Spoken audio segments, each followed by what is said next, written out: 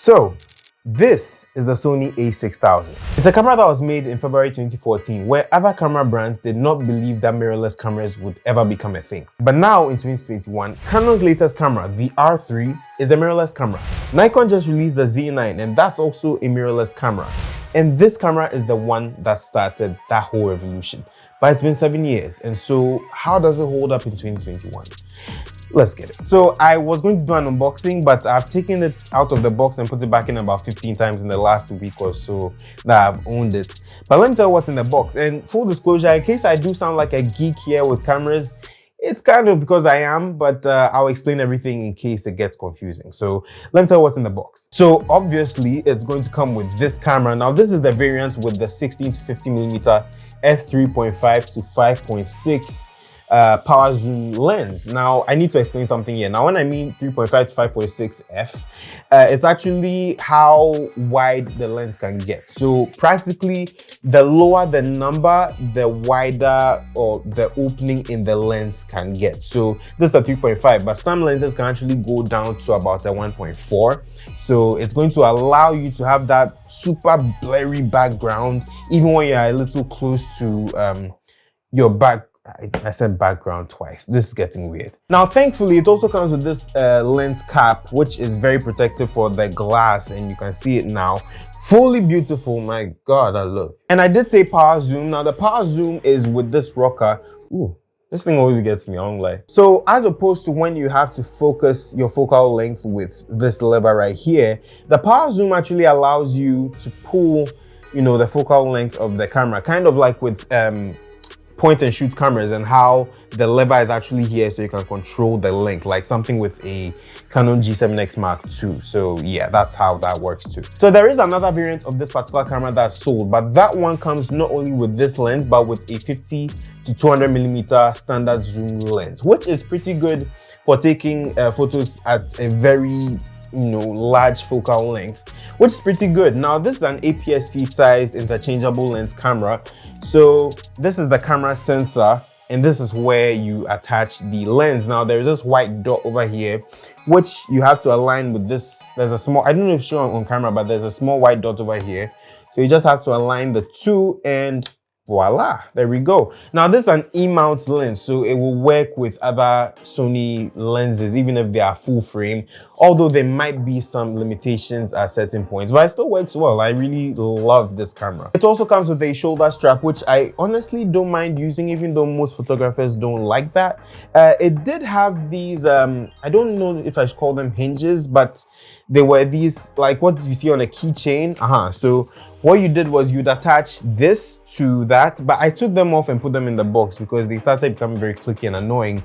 There is an eye cup over here, and you attach that to your viewfinder, which is very amazing. It's an electronic viewfinder as well, and it's so good. Like when you're taking photos and you're going like that, and, it's the coolest thing ever. Now that I think of it, this might be the first time in my life where someone might shout and go like, "Hey, photo!" And photo, it's not so bad. Just don't offer me just food and not money if I take your wedding pictures. So I'll eat the food, sure, but we'll see if you get the pictures. This also comes with a USB-C cable and a charging brick, but it doesn't come with a separate battery charger, which Canon will provide you. So you have to charge it in body through this port right on the side, which I haven't really opened too much because I haven't had to charge the camera too much. But there is a micro HDMI and your micro USB port over here. So that's where you charge the camera.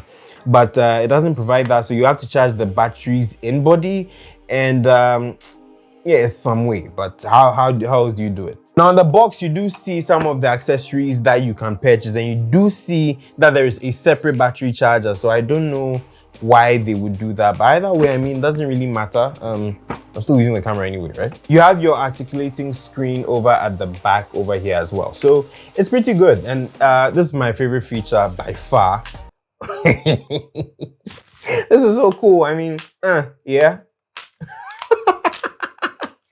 But it's like, this is one of my favorite features with this camera by far. So this has a plastic body, but it's not the cheapest feeling camera you will find. It's a bit hefty when you add the battery. Oh, I should show you the battery. So you pop the door right here, and that's your battery. over here. It looks pretty hefty, but it apparently doesn't carry too much of a charge. I haven't really had a problem with this. It also does have a memory card or memory stick slot. Memory sticks I haven't used since using my PSP, but I can use it with this. But yeah, this is a 64 gig memory card, which is very good for me as well.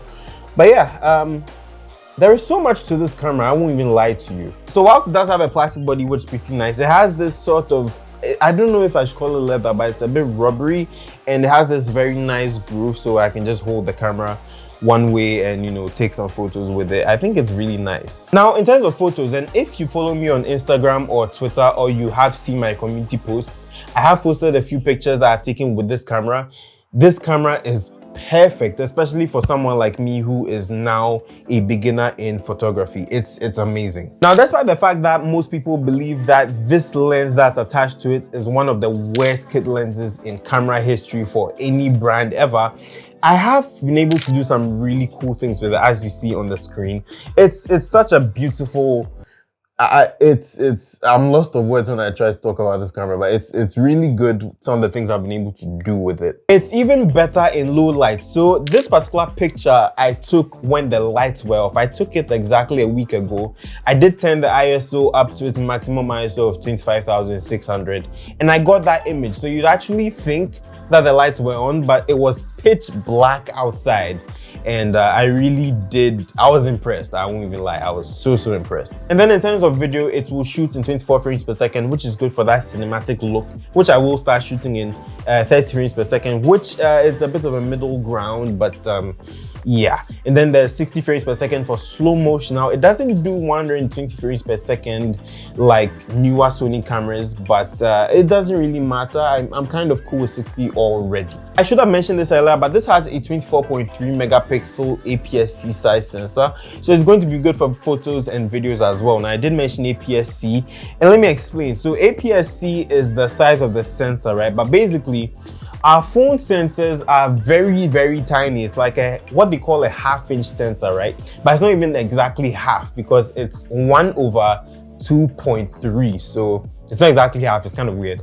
But then you have that, then you have your 1-inch sensors, which you would typically find in like a point and shoot camera. Sony actually released a phone about 2 days ago which has a 1-inch sensor, even though it doesn't utilize a full inch, but it's pretty good. And then you have what you call a micro four thirds sensor, and then you have the APS-C, which is really large, and then you have full frame. Now, the good thing about APS-C, it's going to perform a little better than a phone, actually miles better than a phone, especially with low light situations and photo taking. So you're not going to see those freckly noise things in the back. That's the best way I can describe it. But yeah, that's what it is. Now, I haven't spoken about video yet, and I will get to that soon, but there are a couple of drawbacks, and let me talk about them, because this is a 7-year-old camera. There are going to be a number of drawbacks, so yeah. So I did mention that there is this screen, but it doesn't flip. So if you're a vlogger, this is definitely going to be a problem. I know it's going to be a problem for me because, you know, I need to check if my framing is right. I need to check if I'm in focus. Otherwise, I may have to use a mirror that may not be readily accessible unless I do carry one in my back pocket or something.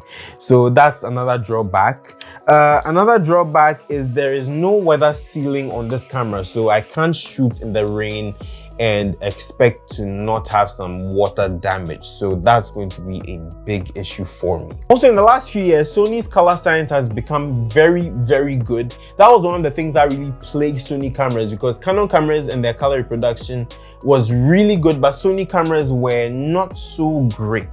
And this camera, unfortunately, was made at a time where, even though the updates have come, right, it wasn't made at the time where this color science was adjusted, so I still have to do some correction in post. But either way, it doesn't look that bad, at least to me. Maybe because I don't have a Canon camera to compare it to. Also, it cannot shoot in 4K. So if you want to shoot in 4K, that's going to be a bit of a drawback. Personally, I only shoot my stuff in 1080p because YouTube and 4K are not quite there yet. Even though there are some people that will edit in 4K and then downscale to 1080p, I have that problem when I'm even shooting 4K with my phone, so I always stay at 1080p. But either way, It's good. Now, there is one more thing about audio, but let me just switch quickly to the camera. Alright, and now this is me with the Sony a6000. Now, as you've been able to tell, the internal audio on this camera is absolutely terrible. So what I need to do is use my phone and use the voice recorder app that you see over here. So that would enable me to give you crisp audio, but that's another drawback because it doesn't have an audio jack. So this is the way I have to get the audio. But besides that, it's not so bad. How does the camera quality look? The video quality, I should say. I really can't see. I kind of have to look at the monitor, and I think I positioned the mirror a little bad. Even so, I can't see myself. I can't see it's doing this box tracking thing. But besides that, yeah, that's really it. This is the new setup going forward. Unfortunately, this means, well, it's not so unfortunate, but it does mean that I have to retire this phone, my Samsung Galaxy Note 10 Lite, and this is the last video for which it has been a main camera. And huge thank you, because this is the phone that actually got me to where I am from 500 subscribers till now. I was using an A30, which I think I left in the hall, but yeah, this phone has carried me a long way. It's walked with me from the Kramo to Kaswa and whatnot. But it's time to say goodbye. Thank you so much. Of course, I might have to use it at some point anyway. But yeah, tribute to, I don't know, I'm getting overboard with this. But yeah, so this is a new setup. This is how we're going to do things now. And thank you so much for watching. Let me know what you think about this new camera, and put your comments down below. Tomorrow I have a special video coming out to be my 1 year on YouTube. So yeah, I'm going to be doing a few question and answers in the middle. So do ask all your questions below, and yeah, I will make sure to get to all of them. But that's going to be it. Thanks so much for watching. If you want to see, this is a part where I say a lot of other things, I don't know. So do leave your questions, I will be expecting them. Thanks so much for watching this video. And if you want to see a video that YouTube thinks is the best for you from my channel, click over here. If you want to see my most recent upload, which was on Squid Game, I think you can click over here. My name is Kpakpo. Thanks so much for watching, and I will see you tomorrow. Bye.